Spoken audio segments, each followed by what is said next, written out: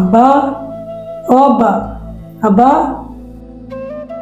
আব্বা, তোমার যে ঘরে বসাই থেকে গেলাম আমি ইন্টারভিউ দিতে, তুমি জানো না তোমার যে শরীর ভালো না, তারপরে তুমি কেন ঘর থেকে বেরিয়েছো?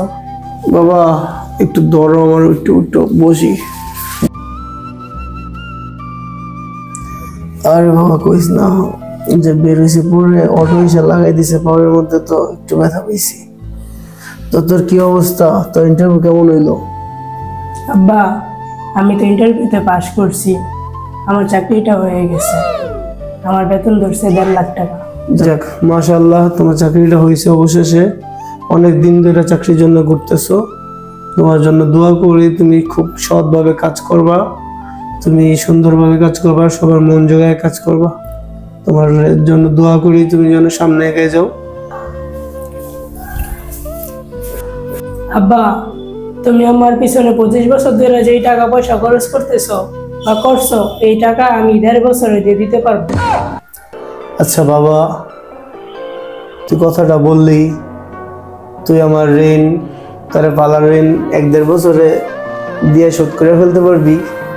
আমি তোর এত বছর ধরে লালন পালন করার টাকা তুই 1-1.5 বছরে দিয়ে দিতে পারবি? কোনো বাবা মাই চায় না তার ছেলে ছোটখাটো কাজ করুক, সবাই সবার বাপ মা চায় যেন তার ছেলে বড় কিছু করুক। ঠিক আছে, তা আমিও চাই যে তুই বড় কিছু কর, বড় কিছু করে নিজের পায়ে প্রতিষ্ঠিত হ, নিজে কোনো কিছু কর। তবে বড় করতে আমার কত কষ্ট হয়েছে তুই জানোস? আমি একজোড়া জুতাও কিনি নাই, তোর জন্য জুতা কিনছি। আমি 2 বেলা না খাই তোরে, তুই যেটা আবদার করছো সেটা তোরে খাওয়াইছি। আমি এমন রাত্রে কাছে সারা রাত কাজ করছি জাস্ট তোর শুধু একটা আবদারের জন্য। আমার কাছে টাকা ছিল না, তারপরেও আমি ওই টাকা জোগাড় করতে আমি সারা রাত কাজ করছি। আর তুই কিনা বললি আমার ঋণ শোধ করতে পারবি। এমনও দিন গিয়েছে আমি না খেয়ে রয়েছি, মানুষের দাঁড়ে দাঁড়িয়ে গিয়েছি কাজের জন্য, শুধু তোরে 2 মুঠো ভাত খাওয়াবো বলে, তোকে ভালো স্কুলে পড়ালেখা করাবো বলে।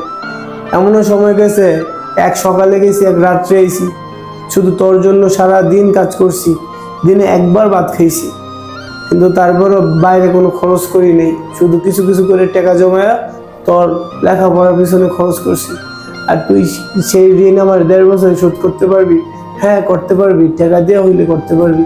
কিন্তু আমার যেই তোকে আবেগ মায়া মমতা ভালোবাসা দিয়ে তোরে যে বড় করছি, সেটা তুই কখনো পারবি না। কোনো মানুষ চায় না যে তার সমান কেউ হোক, তার কোনো প্রতিযোগিতা থাকুক, সে নিজেই চায় যে তার প্রতিযোগিতা সে নিজেই থাকবে।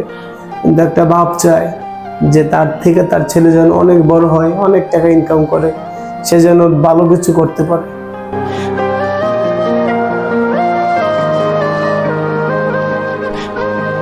আব্বা, আমার ভুলে গেছে আব্বা, কখন এরকম ভুল করো না আব্বা, কখন এরকম কাজ করবো না।